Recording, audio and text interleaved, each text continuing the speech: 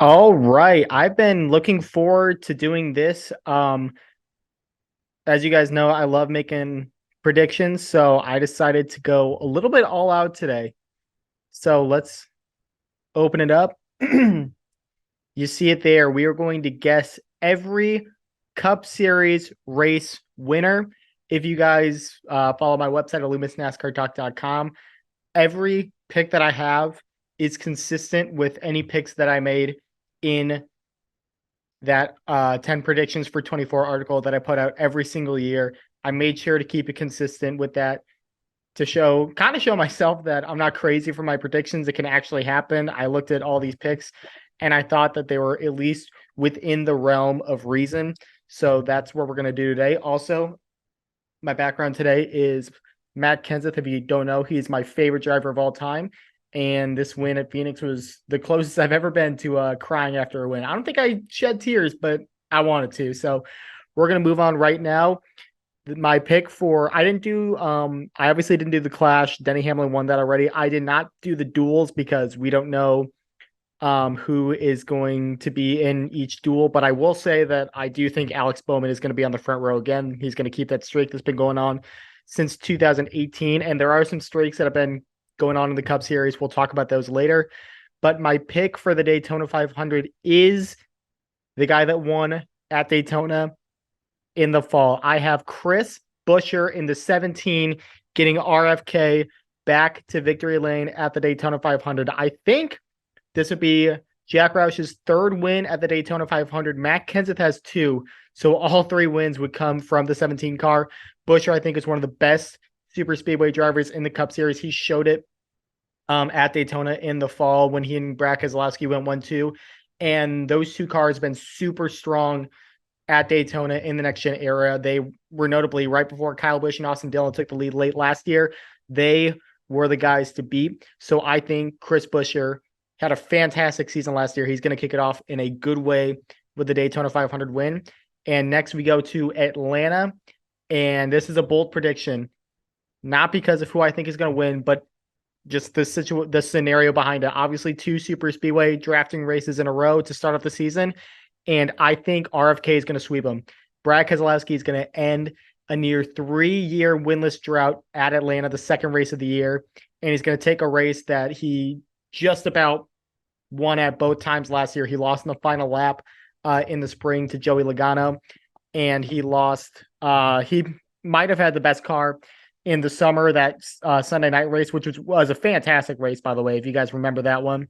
But it got cut short by rain right after the end of stage 2. William Byron ended up getting that race win, but Keselowski won stage 2 and was up front pretty much all night long.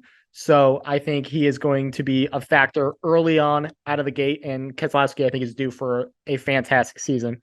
Next up, we go to Las Vegas. I think Joey Logano is going to get the win at Vegas. He had a pretty bad year last year coming off the championship. I like Logano this year. Obviously, the even year string with him every year since this playoff format has been implemented. Every even year Joey Logano has been in the championship for. I think he's going to bounce back this year. He is too good to be a one-win first-round knockout like he was a year ago. So I think Logano is going to get off to a good start here in 2024 and get a win at Las Vegas. And we are going to move on to Phoenix. Phoenix, obviously, the championship race. There's always questions of, does it give you an advantage to win this race when you've been in, or when you win the race in the spring? Does it give you an advantage going into the championship race? Last year, William Byron got the win in the spring, and he was in the championship for, led some laps, but didn't get the championship done. Actually, Joey Logano did the same thing in 2020, didn't get the championship there either. Martin Truex in 21. So I think it's not as good of an indication as some people like to think, but my pick either way is Denny Hamlin. I think Denny Hamlin's obviously off to a good start this year. He's hungry, he is motivated, and I think he is going to come out on fire to start the year. He's obviously incredible at Daytona. He's run well at Las Vegas in the past as well. He's got a win there. And I think Denny Hamlin's going to get his first Phoenix win since 2019. As we move on to Bristol. Bristol is back up to the 5th race spot. This is the spot it was in from I think 2005 to 2010, so it's not a completely foreign place, and it's back on the concrete this year. Thankfully, Bristol dirt was a good idea. It just didn't fully pan out. It just wasn't really what it could have been. But I think NASCAR made the right call to move it back to the concrete. And my pick for this race is the guy that had the best car at the Bristol night race, in my opinion, the past 2 years, but didn't get the win. And that actually won on the dirt the last time they were out. I'll take Christopher Bell. I think Christopher Bell, obviously, in my opinion, right now, this might be a hot take seeing all the power rankings and everything like that. He's the top guy at Joe Gibbs Racing. You can argue Denny Hamlin. I don't know if you can argue Martin Truex anymore. Ty Gibbs obviously isn't there yet, but Christopher Bell and Denny Hamlin obviously in points have been pretty similar. They both have 5 wins combined over the past 2 years, but Bell has been in the championship for both of the past 2 years. He thrives late in the season. Him and Adam Stevens might be one of the best crew chief driver combos in the sport. I think Rudy Fiegel and William Byron and Cliff Daniels and Kyle Larson are probably the top 2, but these 2 guys are right up there. I'm expecting a big year from Bell, and I think he's finally going to get that Bristol win. That's kind of eluded him a little bit in the past. As we move on now to Circuit of the Americas, and that's going to be the first win of the year for William Byron. Byron's due for a monster year. I don't think that's a hot take for anybody to say.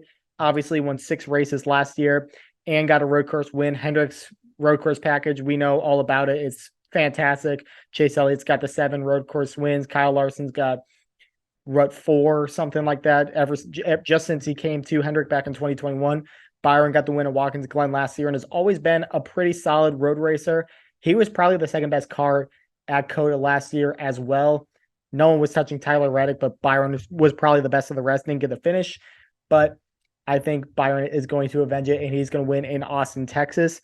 Next up is Richmond. This race is going to be run on Easter Sunday, March 31st, and we are going to get our first 2-time winner of the 2024 season, and it might be a little bit of a surprise. It's going to be Brad Keselowski. Keselowski is a good short track racer. We know that. He's got wins at Richmond, Bristol, and Martinsville, and he had arguably the best car here in the summer, that race that Chris Buescher won. Keselowski was in control of that race until an issue coming into pit road cost him the win. I mean, he got the win as the owner, but he's hungry for that win as a driver. And I think Keselowski is going to get a second win early on in the year. Moving on now to Martinsville, another second win of the season. William Byron is going to take that one. What more can you say about Byron? He's gonna win a bunch of races this year. I have no doubt about it. He's got a Martinsville win in the past, and I do think a lot of people are down about the short track racing. Obviously, rightfully so. I mean, especially the Martinsville races haven't really been what we've come to expect. But I think the changes they're making this year, they're going to start to show some results. I think the racing is going to continue to get better. I don't think it's going to be, what it was back in the early 2000s or anything crazy like that. But as long as we can see progression, as long as we can see it's not getting worse, I think that's a win. And I think we're going to see it start to get better. But William Byron's going to take this race. Next up is Texas. We're back to Texas after a couple weeks removed from Circuit of the Americas. And that's going to be Kyle Busch. Kyle Busch is going to get another win at Texas, last one there in 2020. Richard Childress Racing. I mean, what more can you say? Kyle Busch, 3 wins last year, was spectacular. Austin Dillon had quite a bad year, actually. There's really no getting around that. One of the worst full-time drivers, in my opinion. But Kyle Busch, these are his types of tracks. And RCR won here at Texas in 2020 with Austin Dillon and in 22 with Tyler Reddick. You don't really think of them when you think mile-and-a-half races, but they've done it before in the past. And Kyle Busch, at his best, is one of the best mile-and-a-half track racers in the Cup Series still. And he's going to keep that streak going. It might, I don't have the numbers in front of me, but that might set the record for most consecutive seasons with a win. I'm betting the house that Kyle Busch is going to get that record. I don't see any way he doesn't win a race this year. I'm knocking on wood. I can't be the one to jinx Kyle Busch. Moving on now to Talladega. Who is going to win that? Well, it might be a little bit of a surprise. I have Tyler Reddick winning at Talladega. Now, Toyota has not won a drafting race in the next-gen era. Hasn't won at Daytona, hasn't won at Talladega, hasn't won at Atlanta. So why Tyler Reddick?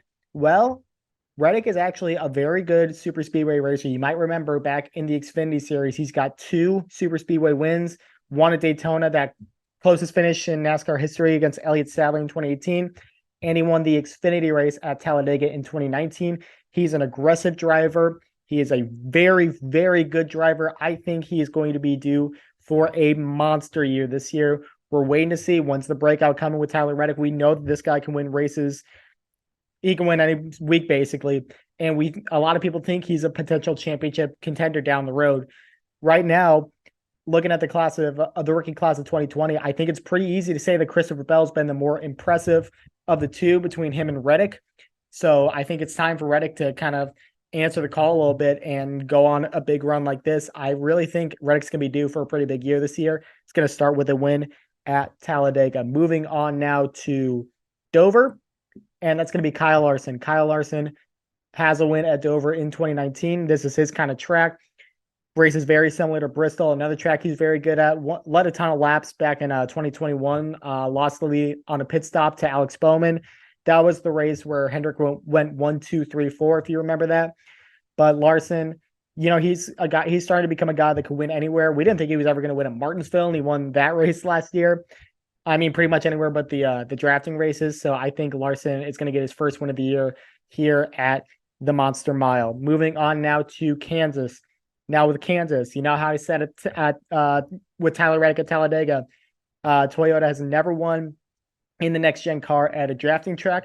Well, they've never lost at Kansas in the next gen era. It's been Kurt Busch, Bubba Wallace, Denny Hamlin, and Tyler Reddick. So is that streak going to continue for the spring at least?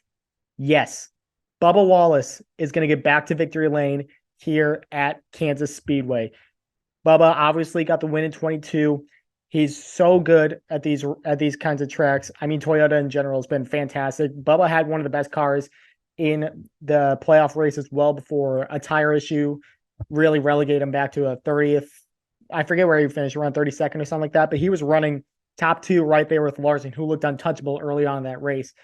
But I think Bubba is going to get back to victory lane. I think he's going to be in the playoffs.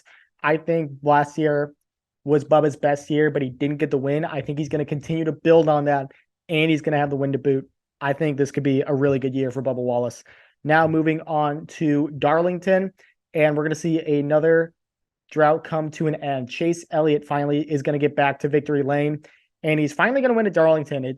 This seems like a Chase Elliott type of track. His father had so much success here, but a win has eluded Elliott still. He came very close in the Southern 500 a couple years ago when he had a run-in with Martin Truex Jr., but obviously Elliott is coming off a terrible year for his standards, missing the playoffs, breaking his leg, getting suspended.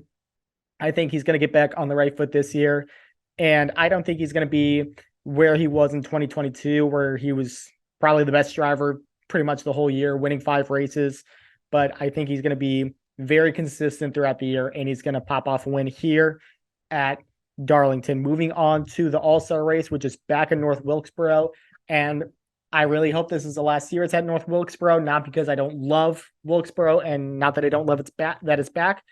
I want that race to be a points-paying race. I want to see someone else get the All-Star race. Maybe someone like Rockingham. They're talking about doing work to Rockingham and getting that race ready again. I would love to see that. I love old races at Rockingham, but that's a conversation for another day. The All-Star winner is going to be Kyle Larson again. He's won, what is it now, three of the last 5 races, 2019, 21, and 23. Obviously missed 2020, so he's batting .750 in his last 4 All-Star races, and he just straight took it to him at North Wilkesboro last year, won the truck race and the All-Star race. And with, obviously we don't go there any other time of the year, it's kind of hard to get a whole lot out of, kind of figure out what you know with that track. So Larson, until someone beats him, he's going to be my pick to win. So now that brings us to the Coca-Cola 600. And this is where, if you read my predictions, you know exactly who I'm going to pick here. I'm going to pick William Byron to win the Coke 600. I think Byron's one of those guys that's due to start winning some of the big ones. He finished second in this race last year to Blaney, had a great car. He's good on mile-and-a-half tracks. We know that. He got a couple wins last year. And I think it's about time we're going to start seeing Byron winning some of these big races because he's going to be one of those guys I think that's going to be here a long time. He's going to really develop a Hall of Fame career. And when you look back at Hall of Fame careers, you look at championships and you look at big wins. And the Coke 600, make no mistake about it, is a gigantic win. So I think William Byron takes it there. We are moving on now. We're into June, and we are at Worldwide Technology Raceway in St. Louis. And I think that race is going to go to Ryan Blaney, the defending champion, is going to get his first win of the year there. If you guys remember, he was one of the best cars in both gateway races so far. In 22, he came from a spin to finish either third or fourth. He was right there behind Kyle Busch and Joey Logano for that great restart finish. And last year, he was probably the second best car behind Kyle Busch. He won a stage and was running top five basically all day long. Didn't get the finish he deserved. I think it was Denny Hamlin that ended up in second. But Blaney has shown that he's got this place figured out, and he's going to get his first win of the year at Worldwide Technology Raceway. Moving on now to Sonoma, the last race for Fox, and they are going to send it off with a Tyler Reddick win. Tyler Reddick, in my opinion, might be the best road racer in NASCAR. He dominated Circuit of the Americas last year, and he got his first two wins were at Road America and the Indianapolis Road Course. Coincidentally, two road courses that aren't on the schedule anymore. People talk about Alex Bowman being a track killer. Hey, look at Tyler Reddick, two of his 5 wins. But Reddick obviously is, like I said, I think he's due for a big year. This is going to be his second win of the year.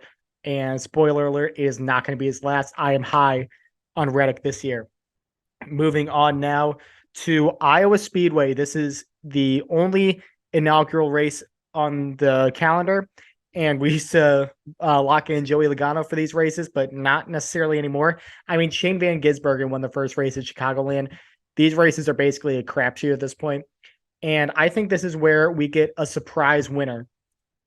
The first surprise winner of the year, in my opinion, a guy that has a Cup Series win but had a terrible year last year, Chase Briscoe is going to win at Iowa. He's got an Xfinity win here back in 2019. He is from the Midwest. And I think someone's got to step up at Stewart-Haas Racing. When Tony Stewart is on record saying things like last year was not acceptable, we have the pieces. If people can't get results, we're going to find the people that can get results and things like that. Someone's going to have to step up. And in my opinion, Chase Briscoe is probably the best driver that Stewart-Haas Racing has right now. Josh Berry, he's a rookie. Got to give him time. Noah Gregson's coming off a terrible year last year. I'm still high on Gregson, but you got to give him time. And Ryan Preece, I think he is what he is. You know, I don't think he's a bad driver by any means, but I don't think he's a driver that's going to take mid-tier equipment and do something great with it. I think he's kind of going to give you what the car is giving him. And I don't really think he's going to be one of those guys that kind of exceeds what he's got, you know, if you know what I mean. But Briscoe, I still think could be a very, very good driver in the Cup Series. I mean, you don't win 9 races in an Xfinity Series season on accident. Briscoe's won everywhere he's been. And I think this is a really, really good opportunity for him to step up and become that top dog that Stewart-Haas Racing desperately needs right now. And he's going to show it with a win at Iowa Speedway and the first race in the Cup Series history at Iowa. Long time coming for that track. I'm happy that they're there. Moving on now to New Hampshire. New Hampshire is up in the schedule this year. They are racing June 23rd, and the winner of that race is going to be Christopher Bell. Christopher Bell is definitely the best driver at New Hampshire right now. You look at his stats before last year. He had a bad run last year, but Truck Series, I think it was a second and a win. Xfinity Series, win. Cup Series, I think in 2020 he might have had a bad race, but 2021 finished second to Eric Almirola, won in 22, and then just had a bad race in 23. But New Hampshire is Christopher Bell's playhouse. I think that's one of the best driver track combinations in the Cup Series right now. You don't really have as many of those as you used to back in the day just because the package is so different and the competition is so close. But Christopher Bell, when you get to New Hampshire, he's the guy to beat.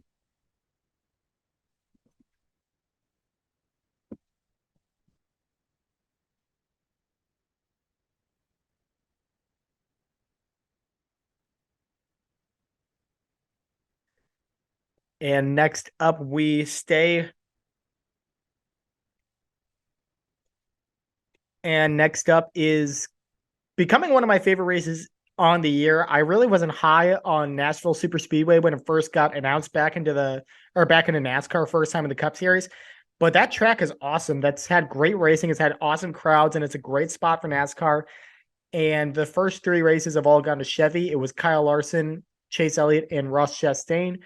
Toyota led laps but didn't get the results. I think this year Toyota gets the win, courtesy of Mr. Denny Hamlin.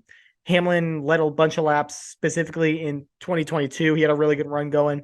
Hasn't gotten the finishes that he might deserve at this track, but I think he's going to get a second win of the season here in a good time for it. Obviously, I said he's going to come out with a lot of fire. Only a second win of the year. Might be disappointment to him, depending on how you look at things, but Hamlin is going to get some much needed playoff points here in Nashville. As we move on to, it's still, in my opinion, the hardest race to judge, the Chicago Street Course race. Obviously, like I said earlier, Shane Van Gisbergen won this race last year, completely filled with rain.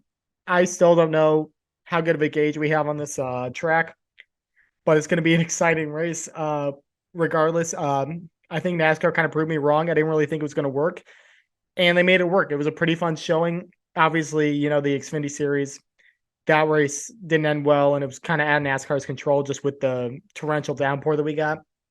But I think the second winner of the Chicago Street Course race is going to be Ross Chastain. Ross Chastain has I know it's not exactly road course, but he's got a road course win at Road America. Coincidentally, that race, their first running, also completely downpour, kind of hard to get a good gauge of it. But I think Chastain is the guy at Chicago, going to get Trackhouse's second win on the Chicago Street Course. And don't be surprised. Hey, maybe Van Gisbergen's win taught him a little something. But I think Chastain, I think this is going to be a pretty typical Ross Chastain year. He's going to win, once or twice. He's going to be around, 5th to 10th in points. He's going to have his moments. He's going to lead laps. He's going to ruffle some feathers. But I think Chastain is becoming more and more polished every single year. We might see a little bit more of a breakout than we even saw back in 2022. I think it's good to end the season on a win like he did last year at Phoenix, even though he wasn't in the championship four. I think any momentum is good momentum going into a new year. Moving on now, we have Pocono. And I'm going to tell you right now, this is going to be our only first-time winner of the 2024 season. Ty Gibbs is finally going to get his first win, and it's going to come where he made his debut, filling in for Kurt Busch back in 2022. Ty Gibbs will join Denny Hamlin as Joe Gibbs Racing drivers to get their first win at Pocono. The reason why I picked Pocono for Ty Gibbs, it's always been a good track for him. He doesn't have a win here in the Xfinity Series, but he did run second both times. He raced here in 2021, lost to Austin Cindric. In 22, he lost in a fantastic finish to Noah Gragson. But I think Ty Gibbs, it's not a matter of if he's going to win. I think it's a matter of when he's going to win, specifically this year. I'd be shocked if Ty Gibbs goes into 2025 still looking for that first career win. I think he is a future champion in the making, and this is going to be the first of many wins. We're going to remember the Pocono race in 2024 as the first of many for Ty Gibbs, in my opinion. As we move on now to one of the more highly anticipated races of the 2024 season, the Brickyard 400 is back, ladies and gentlemen. It is back on the oval, just like God intended it to be. And the winner in the return to the Brickyard 400 will be Joey Logano. I think Logano is the guy here. He had some close calls at the Brickyard 400 back in the past. He lost to Kyle Busch in 2015, finished second to Kevin Harvick as well in 2019. I won't call that a close call. Harvick won that race by almost 7 seconds with a restart with like 9 to go or something like that. He was in a completely different zip code that day. But Logano, obviously, we know the history of Roger Penske and the Indianapolis Motor Speedway. And I think they're going to have a really special chance to potentially do what Chip Ganassi did in 2010 and win the Indy 500 and the Brickyard 400 in the same year. Obviously, Ganassi did that in 2010 with Dario Franchitti and Jamie McMurray. Joseph Newgarden won the Brickyard 400 for Penske last year. I mean, it's his track. I think he's got to have more Indy 500 wins than anybody. Don't be surprised if Logano is the guy come July. Moving on now, this is where the Olympic break takes place. The Brickyard 400 is on July 21st. The next race isn't until August 11th. A little bit of a break, but we have the Cookout 400 at Richmond and the winner of that race is going to be William Byron. Byron has had some really good runs at Richmond in the past, doesn't have the finishes to show for it, and it'll be his first win since Memorial Day weekend at the 600. But I think this just screams a William Byron race. Middle of the summer, like he did last year with Atlanta and Watkins Glen. It's going to be a good little boost before the playoffs get started, which obviously William Byron's going to be a threat. This is going to be his fourth win of the season.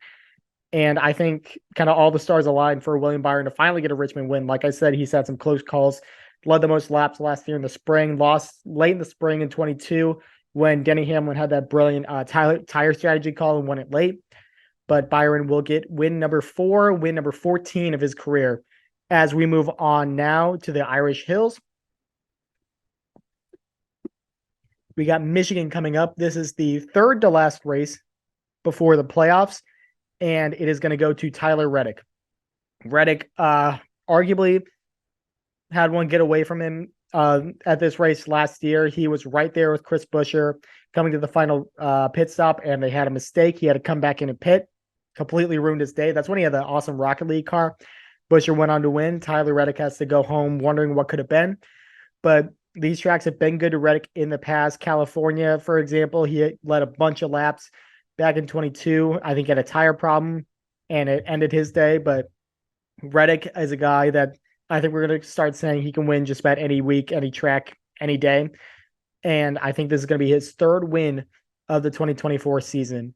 Moving on now, this used to be the cutoff race, but now it is the penultimate race of the regular season at Daytona, the Coke Zero Sugar 400. I know a lot of people are upset about that, but I think there was a way to have Daytona stay as the regular season finale and have Darlington be the playoff opener. I really love how NASCAR did that. I think that's one of the best moves they've made in years. But anyways, we're going to enter Daytona 2 races before the playoffs with 15 different winners. So if we get a 16th winner, they're all locked in. If we get 2 new winners to end the regular season, somebody's out.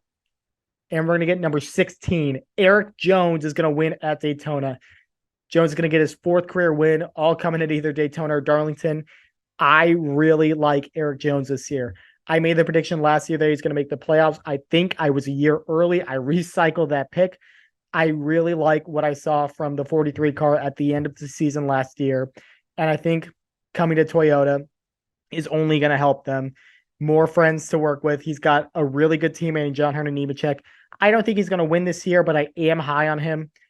I think he's going to have a really good career. I think the 42 car is a great place for him. Or if he ends up taking the 19, if Martin Truex Jr. hangs it up sometime soon, potentially after this year, we'll have to wait and see. But I like Eric Jones a lot this year. I would not be surprised at all to see him score one more win. I say one more win like he's about to retire. He's nowhere near retirement or anything like that. But I think Jones is due for his 4th career win in 2024. And that brings us to the regular season finale. Are we going to see a 17th winner at the Southern 500? Another race I could have picked Eric Jones for. I mean, look at the picture right there. He's celebrating a win at Darlington. The answer to that is no. I think it's going to be Ross Chastain winning the Southern 500 and kicking the end of the regular season. Chastain, another guy kind of like William Byron. He's got a good number of wins. He's got 4 wins, which is nothing to scoff at. But I think it's time for him to be one of those guys to start tacking up those majors. You know what I mean? We've looked at the Daytona 500 the past 3 years. Those are legacy-defining races, and it's gone to 3 guys that had a combined 3 wins before they each won. Michael McDowell and Austin Cindric is their first win. Ricky Stenhouse Jr., that was his 3rd win. So obviously, those are all good guys, but it's not exactly the high-end names. It's not the Gordons. It's not the Johnsons. It's not the Earnhardts like we used to see in decades past. So I think majors are important. They really mean a lot to me, I think. And I think Ross Chastain is going to be the guy, which brings us to the playoff field. And here we go in numerical order. Ross Chastain, Kyle Larson, Brad Keselowski, Kyle Busch, Chase Elliott, Denny Hamlin, Ryan Blaney, Chase Briscoe, Chris Buescher, Christopher Bell, Joey Logano, Bubba Wallace, William Byron, who I note is going to be the regular season champion, Eric Jones, Tyler Reddick, and Ty Gibbs. Obviously, this Cup field is stacked this year. 16 drivers. It's pretty hard to narrow that down. And I'll show you guys some notable omissions here. Austin Cindric. I like Austin Cindric still, but I had a hard time putting him in this playoff field. I think he's going to have to win a race, and I don't know if I see that. Austin Dillon had a terrible 2023. There's no really getting around that. Another guy that I just can't. He could squeeze out a win. He's done it before. He's got. I mean, when you win 4 races, I have to take you seriously. But I just couldn't find a race that's told me Austin Dillon was going to win this, or I couldn't find anyone to take out of that field to put Austin Dillon in over Josh Berry. I think he wins Rookie of the Year this year, but I don't like picking rookies to win in their first year. I made that mistake with Ty Gibbs. I didn't like making that pick then. I obviously don't like making that pick now. I think it's fair to give them some time to season. I mean, you look at since Joey Logano in 2009, only 2 rookies have won actual races really on speed. It was Cole Custer in 2020 at Kentucky and Austin Cindric at the Daytona 500. Chris Buescher won his rookie year too, but that was that Pocono race where the fog was such a problem. I don't like making those early calls for rookies. And Noah Gragson also with Stewart Haas Racing this year. I think he's obviously going to have a better year than he had in 2023, but I don't see him getting a win just yet. I think he just needs to progress and show that he can keep his head on straight, keep the car in one piece, and he's going to be just fine. The big one, I think, has to be Martin Truex Jr. I'm really turned off by what I saw at the end of last year. I mean, the playoffs, there's no getting around it. It was not a good run for him. I'm not really sure what caused it to go downhill. As soon as he got to Darlington, it just seemed like the wheels fell off, and it seemed like a lot of uncharacteristic mistakes from that 19 team that's been just so polished and just prone to not shooting themselves in the foot. But I'm not expecting a very good year from Martin Truex Jr. I hope he proves me wrong. I'm a guy that doesn't like seeing long-time successful drivers start to fall off. I really hope we haven't seen the last of Martin Truex Jr., and I hope he proves me wrong. But for now, I have him out of the playoffs. Michael McDowell got the win last year at Indianapolis Road Course. I think he could easily get a road course win again. I just don't have him on my playoff field. Alex Bowman's another big one. Obviously, last year was kind of a wash. He had the back injury. He had a good start to the season, but it seemed like he was never fully healthy after the back injury. I just don't see it with Alex Bowman. It's kind of a gut feeling. He's got 7 career wins. Obviously, that's not nothing. But it seems like the past 2 years, he's had good starts to the season. He won at Vegas, 3rd race of the year, but then he just tapers off in the summer. It seems like a pretty constant thing with Bowman. He just can't keep it going throughout the full season. And I don't think he's going to get a win this year, and I don't think he's going to end up in the playoffs. I hope Alex Bowman is another guy that I don't have any problem with Alex Bowman. I hope he proves me wrong, but 16 drivers is pretty hard to narrow it down to, and unfortunately, Bowman did not make my list. And last up, another guy that I have no problem with, Daniel Suarez. His last year, I was expecting more of a progression from his very solid 2022 season where he got that win finally at Sonoma, led 200-something laps, and was a threat at a bunch of different tracks, even though he didn't get the finishes he deserved.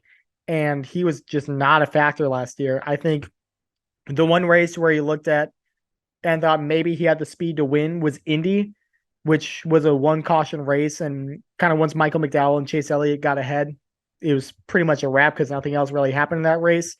Yes, he had a top 5 at Atlanta, but that was a rain shortened race. He had no signs of getting by William Byron before that caution. And the biggest thing with me is that Suarez led way fewer laps. I think he led about 1/5 of the laps he led in 2022. I think laps led matters. I think laps led shows that even if you're not getting the finishes, you're at least in the conversation. They know you're there. You're someone that they got to contend with. And Suarez wasn't as much of a guy you had to contend with last year as he was in 2022. So I think there's a lot of pressure on Daniel Suarez this year. I think I might do a video about drivers on the hot seat. Daniel Suarez probably has the hottest seat this year because Trackhouse Racing has 3 charters next year. Chastain's not going anywhere. He's got Busch Light. Zane Smith's coming along. I think there's going to be a pretty big competition between Daniel Suarez and Shane Van Gisbergen for that 99 car, at least that third car. They might renumber it. Who knows? But I think there's a lot riding on Suarez this year. And I hope he proves me wrong.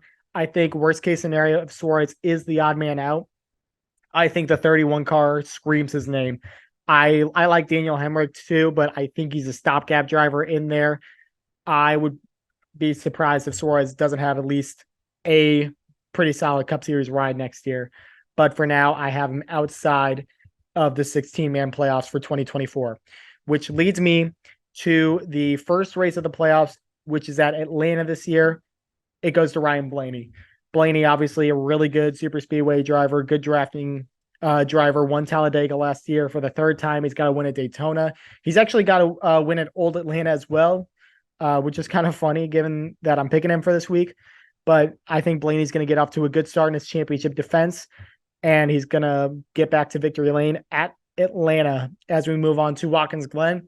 I talked about this. This is the Hendricks road course package is second to none. It's easily the best in the Cup Series. They haven't lost at Watkins Glen since 2018. I know they didn't race in 2020, but it was Elliott, Larson, Byron. And I think they make it 6 wins in a row. Kyle Larson is going to get back to victory lane. Only a second win of the year if you're not counting the All-Star race at North Wilkesboro, which I'm not counting it. I think Larson is going to get back to his winning ways here at Watkins Glen. He might cool off a little bit at the end of the regular season like he has in the past couple of years. But when playoff time comes, you cannot count out Larson and Cliff Daniels.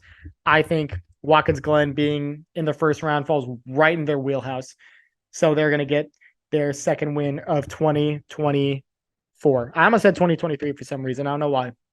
And the last race of the first round is at Bristol, my favorite race of the year, the Bristol night race. And you might be surprised by this. I have Ty Gibbs winning this race.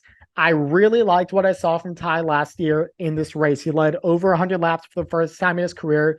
Joe Gibbs Racing was in a different zip code. I like Ty Gibbs come playoff time. I like his demeanor. I like the way he conducts himself. We saw in the Xfinity Series, even with so much going against him, making enemies left and right and things like that, he was not going to be denied. He won that championship. He completely demoralized Junior Motorsports, who had 3 drivers in the fight, including Noah Gragson, who very notably had issues with Ty Gibbs. He held him off in a dogfight, man-to-man for that championship. I think Ty Gibbs is going to get his second career win at the Bristol night race in a playoff cutoff race and advance to the round of 12. I like what I see from Ty Gibbs. But who is going to miss the second round of the playoffs? I have Bubba Wallace, Chase Briscoe, Eric Jones, and Chris Buescher. Buescher, I don't think is going to win after his 500 win, which I don't know about you. I don't know if you take that if you're a Buescher fan. Obviously, the 500 win would be ginormous, but compared to what you saw last year, I think you're expecting a little bit more of a progression. I don't think it's going to be a bad season for Buescher by any means, but I see him battling out in the first round. Bubba Wallace is a tough one as well, but it's just a very stacked field this year. And he saw last year where just one mistake can just about end your season. Kansas obviously wasn't even in his control. He got lucky that there was some other stuff going on in the Bristol race, notably Joey Logano getting in that wreck that kind of helped him advance through. But I think it's going to calm down a little bit at Bristol this year, and Wallace will find himself on the outside looking in. As we move on now to the first race of the round of 12 is at Kansas. Like I said, at this point, Toyota will be 5 for 5 at Kansas Speedway in the next gen era. But that streak is going to come to an end on September 29th, where Mr. Chase Elliott gets the win. Elliott's got to win at Kansas in 2018. It'll be his second win of the season, the first one coming back at Darlington. I think Elliott, obviously, we know what to expect from Elliott come playoff time. Once he's in there for the long haul. He's only not made the round of 8 once in his career, at least when he made the playoffs. That was back in 2016. I think Elliott's going to be due for a pretty strong playoff run this year. Don't be surprised to see him go pretty far this year. Which brings me to Talladega.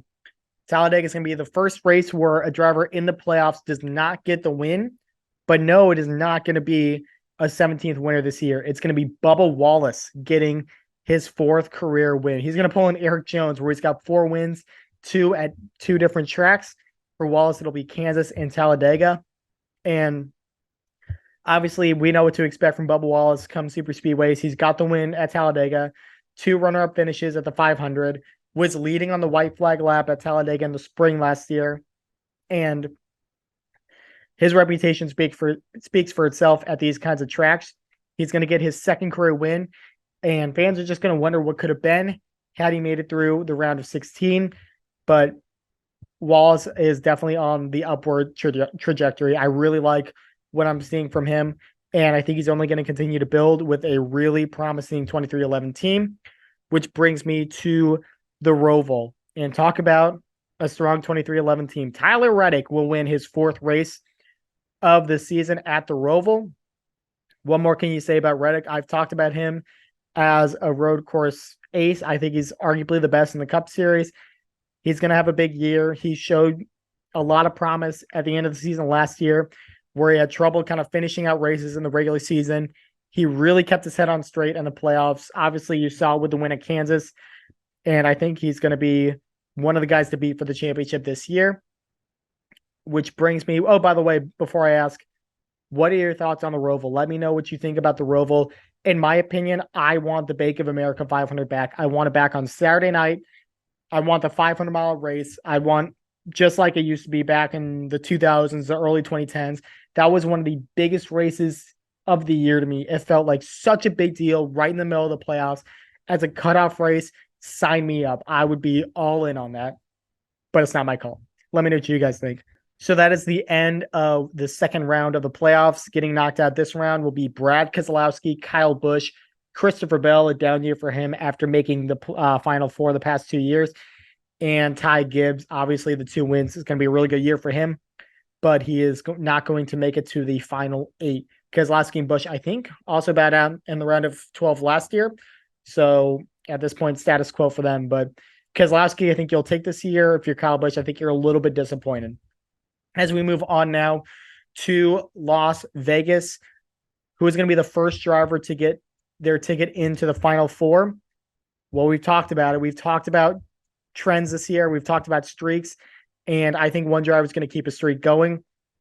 Joey Logano is going back to the championship 4. He's going to sweep Las Vegas this year. I mean, there's just some things you can't bet against. And one of them is Joey Logano in even years. I think at this point, it's just about a lockdown guarantee. 2021 was a down year for him too. His only win was at Bristol Dirt. What does he do in 22 with a new car? 4 wins and a championship. 23 was a down year, only win at Atlanta. What's he going to do in 2024? 3rd win of the season, punches ticket back to the championship 4, back as the top driver at Penske, a throne he arguably might have lost to Ryan Blaney. I think he's going to fight for it and take it right back. Logano is going to be one of the championship 4 drivers. And now we go to Homestead. And who is going to join him? How about Mr. Tyler Reddick? Reddick, we know everything there is to know about Reddick at Homestead. He is as good as just about anyone there not named Kyle Larson. 2018 win in championship in Xfinity. 2019 win in championship in Xfinity. One of my personal all-time favorite races. That race was spectacular. 2020 rookie year, top 5. 2021 rallies to finish 2nd. 2022, I think he wrecked. Not a great race. 23, honestly, I don't even know what happened to him. He was not much of a factor for the win. Might have had a pretty good finish, but he was never in the conversation with Larson, Blaney, and Bell. But he is going to win in 2024, his 5th win of the season, and he is going to be fighting for his first Cup Series championship come Phoenix. So who's going to join him in the penultimate race of the season at Martinsville? Well, I'm going to tell you this. It's not going to be the winner of this race, because the winner of the race is going to be Brad Keselowski. I think he's going to salvage a pretty solid end to the season. I think he takes 3 wins, even though he's out in the round of 12. He is going to win at Martinsville, get himself another grandfather clock. So who am I eliminating in the round of 8? It's going to be Kyle Larson. I think he just misses out. Denny Hamlin is not going to get that championship in 2024.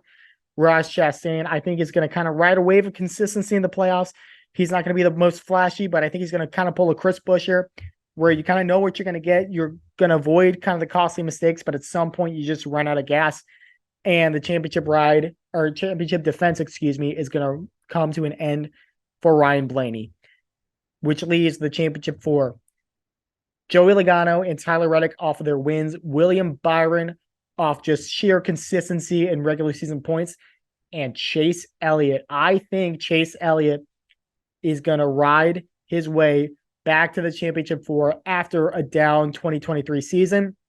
He doesn't have to win a bunch of races like he did in 2020. He won 2 cutoff races and made it his way there. We ended up winning. But in 2021, he only won 2 races all year, didn't win a race in the playoffs, and found his way in the championship four. He was super consistent when some drivers were collapsing around him. I wouldn't be surprised if we got something like that from Elliott this year. He knows how to get to this point, and he will be fighting with Logano, Reddick, and Byron. So this is your championship four. Who will be your champion? Well, if you know my predictions, you know who I'm going to pick. This guy won one of the major races this year. He won the most races in the Cup Series last year.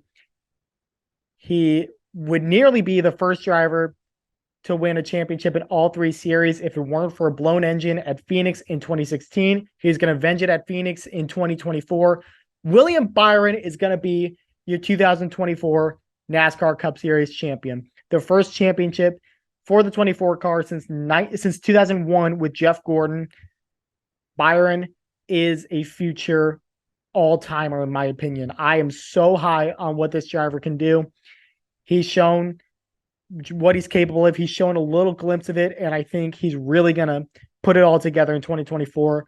And William Byron will lift the Bill France Cup at the end of the year as your 2024 champion, and it will nearly be his last. Let me know what you guys think. Who is going to win the championship this year? Which picks do you like? Which picks do you don't like? Who am I wrong about? Who am I right about? Let me know it all. I hope we have a great year this year. Thank you guys for watching.